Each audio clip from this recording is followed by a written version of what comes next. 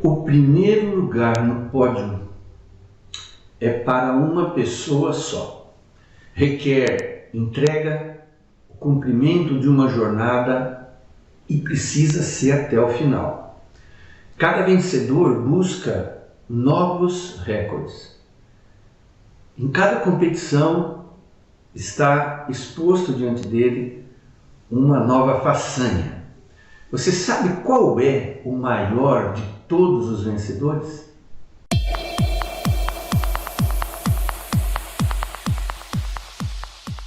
Eu sou o pastor Sérgio Marcos, esse é mais um vídeo da Vida em Cristo. Eu quero que você se inscreva no nosso canal, curta a nossa página no Face, compartilhe com os amigos e os irmãos.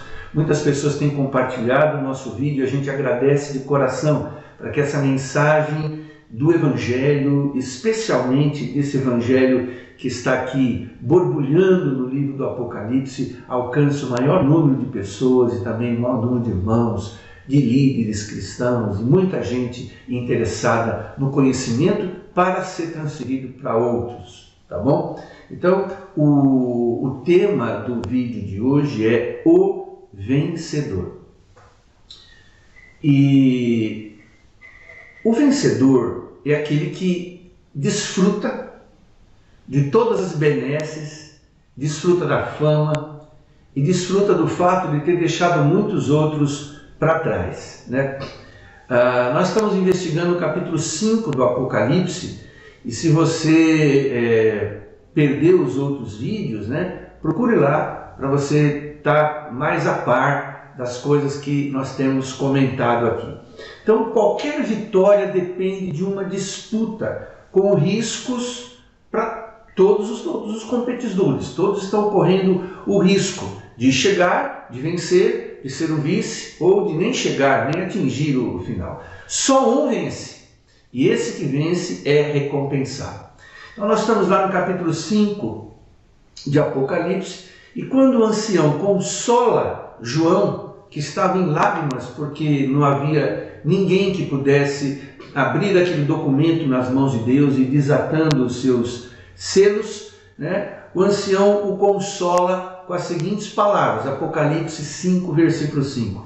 Eis que o leão da tribo de Judá, a raiz de Davi, venceu para abrir o livro e os seus 7 selos. Então, João ele contempla uma premiação, tá? O privilégio de abrir o documento, algo que somente o vencedor poderia fazer. Então, as imagens que são contidas lá em Apocalipse 5, do verso 6 ao 9, descrevem o vencedor e descrevem a cerimônia em alta resolução. Aliás, quando a gente lê Apocalipse, nós temos que sempre lembrar que é um livro de muitas imagens. Então, eu gosto da leitura muito mais do que assistir uma dramatização. Porque na leitura, a nossa imaginação é instigada e nós criamos essas imagens na nossa mente. Deus, respeitando essa condição que Ele mesmo nos conferiu, né, nos deixou um livro. Então, o livro de Apocalipse é um livro extremamente imaginativo. Muita imagem é apresentada em forma de texto, para que desperte a nossa mente para as coisas espirituais. Então, João contempla essa premiação. Eu queria ler com você Apocalipse 5, do verso 6 ao 9, você vai concordar comigo que é tudo imagem que nós precisamos recriar. Então está lá, então vi um cordeiro que parecia ter estado morto, de pé no centro do trono, cercado pelos 4 seres viventes e pelos anciãos. Ele tinha 7 chifres e 7 olhos, que são os 7 Espíritos de Deus enviados por toda a terra. Ele se aproximou e recebeu o livro da mão direita daquele que estava sentado no trono. E ao recebê-lo, os 4 seres viventes, os 24 anciãos, prostraram-se diante do cordeiro. Cada um deles tinha uma harpa e taças de ouro cheias de incenso, que são as orações dos santos. E eles cantavam um cântico novo. Você percebe como há imagens aqui. E quando a gente lê meditando, quando a gente lê de modo vagaroso, lento, dá tempo para o nosso cérebro ir recriando. E a gente começa a imaginar como foi aquilo, né? Agora, a Bíblia está cheia de paradoxos. tá? Muitos paradoxos. E aqui nós estamos diante de um paradoxo. Um cordeiro, que no original é cordeirinho, é o grande vencedor. O cordeirinho, a gente sabe que é um animalzinho frágil, mas é esse cordeirinho frágil que é o grande vencedor, o principal vencedor de todos os tempos. Como eu disse, a Bíblia está cheia de paradoxos. Por exemplo, quem quiser ser o maior deve ser o menor. Para ganhar a vida é necessário perdê-la. Quem lhe ferir uma face, dê a outra. Então, a Bíblia e o cristianismo têm os seus paradoxos, né? Então, o vencedor é o cordeirinho. O cordeiro no original grego, né, que significa cordeirinho. Estou sendo repetitivo aqui. Mas estamos lidando com símbolos. E esses símbolos são cheios de paradoxos, né? A visão de João, esse cordeirinho, apesar de ser frágil, apesar de parecer indefeso, ele tem 7 chifres e 7 olhos, que significam onipotência e onisciência. João observa também que se trata de um cordeirinho que parecia ter estado morto, mas estava em pé no centro do trono. Então, nós precisamos resgatar para a nossa imaginação fluir fundamentada na Bíblia, porque é muito perigoso uma pessoa imaginar textos da Bíblia a partir do seu próprio coração, sem fundamentação bíblica. Sempre que vamos imaginar uma cena, nós precisamos recorrer a outras cenas.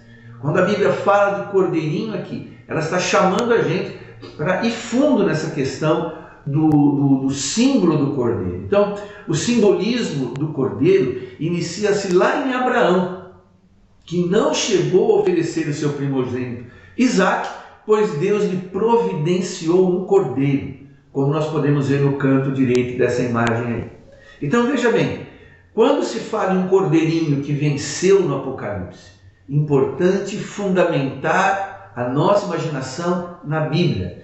Abraão foi aquele que recebeu um cordeirinho para ser sacrificado no lugar do seu filho Isaque. Então, outra coisa, para se ver livre da 10ª praga, que era a morte dos primogênitos, o povo de Deus no Egito precisou sacrificar um cordeiro e aplicar o sangue na porta. Você imagina então agora, vamos usar a nossa imaginação, tá? Uma tigela com sangue bem em frente à porta, então se mergulha aquele tipo de pincel, aquela brocha, aquele lugar naquela vasilha, e se passa aqui nos umbrais e volta a pegar e passa em cima, passa dos 2 lados e volta, fazendo o emblema da cruz. Veja como a Bíblia ela é rica. Esse simbolismo também se encontra lá em Isaías capítulo 53, quando um cordeiro mudo, né, como um servo sofredor, ele levaria sobre si as iniquidades do povo e seria o grande libertador de Israel. Então, para que a gente realmente entenda o simbolismo de Apocalipse com respeito ao cordeirinho, com 7 chifres e 7 olhos, que tem dignidade para abrir o documento nas mãos de Deus, nós vamos buscar a interpretação disso na própria Bíblia. É uma lei da hermenêutica dizendo que a Bíblia interpreta a própria Bíblia. E uma outra lei dizendo que a Bíblia diz o que a Bíblia diz. Então, nós podemos usar a nossa imaginação, mas estabelecida sobre a revelação bíblica. Então, a imagem de um cordeirinho com a garganta cortada, né, e manchada de sangue, mas em pé, é o Cristo morto e ressuscitado. Esse significado eu acho que dispensa mais comentários, né? Então, existe aí nessa imagem que o Apocalipse nos dá um realismo sobrenatural. Muita gente pensa que o sobrenatural não é realista e o realista não pode ser sobrenatural, mas em Apocalipse e na Bíblia, sempre que a Bíblia faz menção a imagens dessa envergadura, dessa grandeza, dessa magnitude, ela está evocando um realismo sobrenatural. Esse Jesus, em sua primeira vinda, né? Esse é Jesus, esse cordeirinho, revela Jesus da primeira vez que ele veio, né? Para dar na cruz a sua vida como nosso substituto e assim obter a vitória, para receber o documento e remover os seus selos. Me permita fazer uma citação, tá, de George Eldon Ladd. A dignidade e a capacidade de Cristo de abrir os selos do rolo da história e destino da humanidade dependem da vitória que ele obteve em sua vida encarnada. Se ele não tivesse vindo em humildade como Salvador sofredor, não poderia vir como Messias conquistador. Pois bem, conforme afirma a teologia cristã, na encarnação Jesus foi totalmente homem sem deixar de ser totalmente Deus. Nos dizeres de Paulo, lá em Filipenses 2,6, ele não julgou com usurpação ser igual a Deus, antes se esvaziou, ou seja, abriu mão de seu poder. E por isso João vê o cordeirinho, né? Com 7 chifres e 7 olhos, que são os 7 Espíritos de Deus. Venceu como homem e em favor do homem. E eu quero citar mais uma vez, e agora eu vou citar Grant Osborne. Ele diz assim: como Messias real, Jesus empreendeu uma guerra messiânica contra o mal. E a principal arma que derrotou os inimigos de Deus foi a cruz, o grande paradoxo da cruz. Ao mesmo tempo que muitos julgavam que Cristo estava perdendo a batalha, foi realmente na cruz que ele a venceu. Essa vitória cósmica o capacita a abrir o rolo, abrir o livro, abrir o documento que está nas mãos de Deus. Pois bem, a extensão da vitória de Cristo, ao contrário dos vencedores na esfera dos esportes, nas artes, essa vitória de Jesus inclui todos os que nele creem e a ele se entregam. É diferente de você dizer assim: Ayrton Senna venceu, então eu como brasileiro sou um vencedor como Ayrton Senna. Não funciona assim com Jesus, né? A vitória de Jesus não é como a vitória do Ayrton Senna ou como o pentacampeonato da seleção brasileira, que insere os brasileiros, mesmo que sejam apenas 11 ou 23 jogadores na disputa. É bem diferente, tá? Nós vamos ver isso. 1 Coríntios capítulo 6, verso 17, afirma que a vitória de Jesus é a nossa vitória. Aquele que se une ao Senhor é um espírito com Ele. E se eu sou um espírito com Ele, a vitória que Ele obteve na cruz é a minha vitória. Romanos capítulo 8, verso 37, em todas essas coisas somos mais que vencedores por meio daquele que nos amou. Então, a vitória de Jesus é a minha vitória porque eu sou inserido nele através da fé. Quando eu acredito em Jesus, quando eu penso em Jesus como meu único Salvador e Senhor, quando eu entrego o meu passado, o meu presente, o meu futuro nas mãos de Jesus, ele passa a fazer morada em mim e eu sou inserido com ele na cruz, na gloriosa vitória que ele obteve por mim. E tem mais, Apocalipse 3, 21. Olha só o que o Senhor diz: ao vencedor dar-lhe-ei sentar-se comigo no meu trono, assim como também eu venci e sentei com meu Pai no seu trono. Eu lembro que quando eu era criança, a gente batia foto no colo do Papai Noel. E aonde estava o Papai Noel? Sentado no trono. O bom velhinho ficava no trono. Então, aquela foto, quando chegou, a minha mãe revelou, que eu tinha que revelar, demorava alguns dias. Quando ela deu na minha mão a foto, eu estava sentado no trono do Papai Noel, com o Papai Noel. Foi uma coisa assim, mágica para mim, um dia que eu nunca mais esqueci. Agora, Jesus, na morte de cruz, garante que todo aquele que vencer pela fé, que chegar até o fim da sua jornada nessa vida, confiando unicamente em Jesus Cristo como Senhor e Salvador, sentar-se-á com Ele no seu trono, porque Ele venceu e nós vencemos com Ele. Tem mais, Efésios 2, versículos 5 e 6. Pela graça sois salvos e juntamente com Ele nos ressuscitou e nos fez assentar nos lugares celestiais. Puxa vida! Isso é uma vitória que deve nos tornar adoradores de Deus, porque Ele não venceu por Ele, ou para Ele, ou somente para Deus, ou para Israel. Ele venceu para todo aquele que nele crê. A vitória do vencedor é a minha vitória e eu também sou vencedor com Ele. Seja você também um vencedor com Jesus, tá? essa vitória foi celebrada no céu e contemplada por João. Está lá em Apocalipse 5, do verso 7 ao 9. Ele se aproximou, o cordeirinho, e recebeu o livro da mão direita daquele que estava sentado no trono. E ao recebê-lo, os 4 seres viventes e os 24 anciãos prostraram-se diante do cordeiro. Cada um deles tinha uma harpa e taças de ouro cheias de incenso, que são as orações dos santos. E eles cantavam um cântico novo.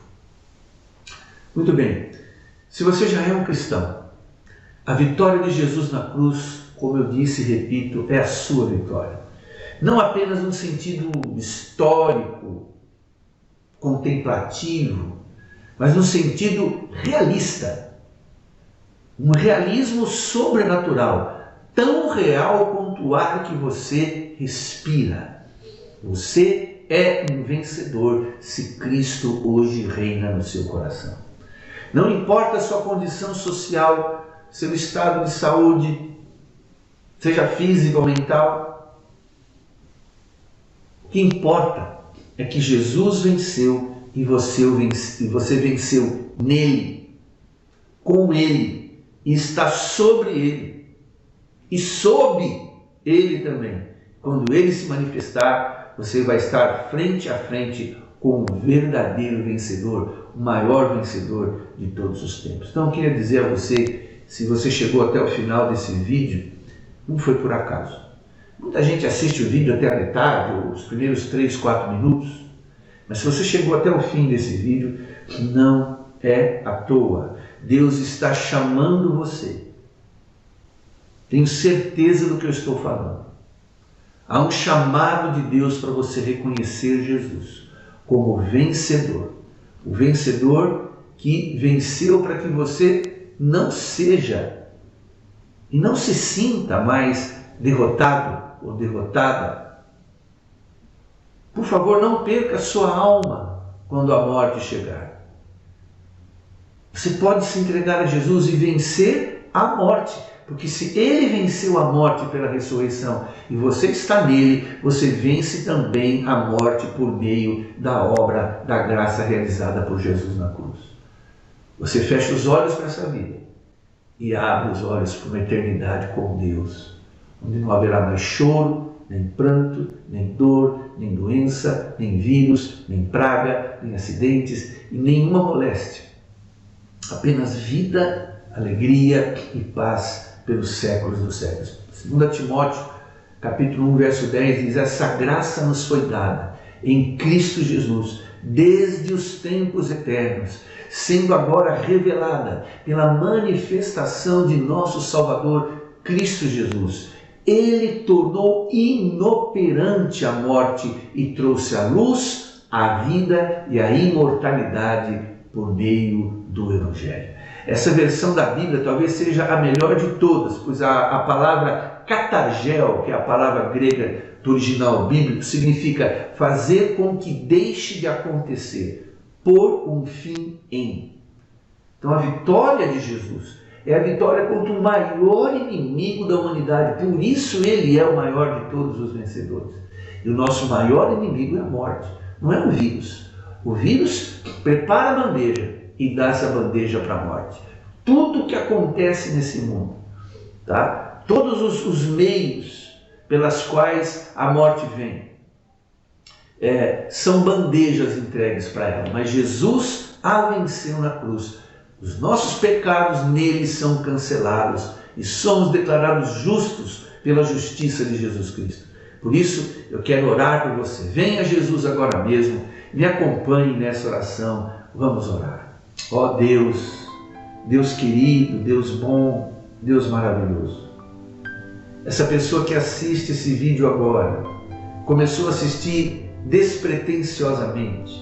Talvez durante esse vídeo ela deve ter até pensado: o que eu estou fazendo assistindo uma coisa dessas? Mas quis o Senhor que ela chegasse até o final para que Jesus Cristo nascesse no seu coração e ela pudesse nascer de novo em Jesus e para Deus. Talvez essa pessoa já tenha vivido, Pai, muito tempo dentro de uma igreja, seja católica ou mesmo protestante, evangélica, mas hoje, exatamente hoje, o Senhor está abrindo o seu entendimento, para que ela saiba quem é o maior vencedor, que é Jesus Cristo. Eu oro para que agora, Deus, o milagre da ressurreição da alma, a ressurreição da mente, o milagre da regeneração, do novo nascimento aconteça na vida dela. Ela sinta estranhamente no seu coração que ela consegue acreditar e ela acredita em Jesus. Ela deposita sua fé em Jesus. Faz essa obra milagrosa, Pai. E se alguém agora que já é um cristão e se sente derrotado, vencido, está cabisbaixo, depressivo, se lembre agora que o seu Jesus venceu e ele está inserido nessa bendita vitória. Que a bênção do Senhor seja sobre todas essas famílias que nos assistem agora, em nome de Jesus. Amém. Muito obrigado por ter ficado até o final. Eu peço que você, por favor, curta a nossa página, siga-nos, se inscreva no nosso canal, divulgue esse texto se fez bem para você, foi bênção para a sua vida, compartilhe com outros, manda lá pelo WhatsApp, coloca no seu feed de notícias. Vamos espalhar a vitória de Jesus por nós. Deus te abençoe. Até o próximo vídeo, se Ele assim nos permitir.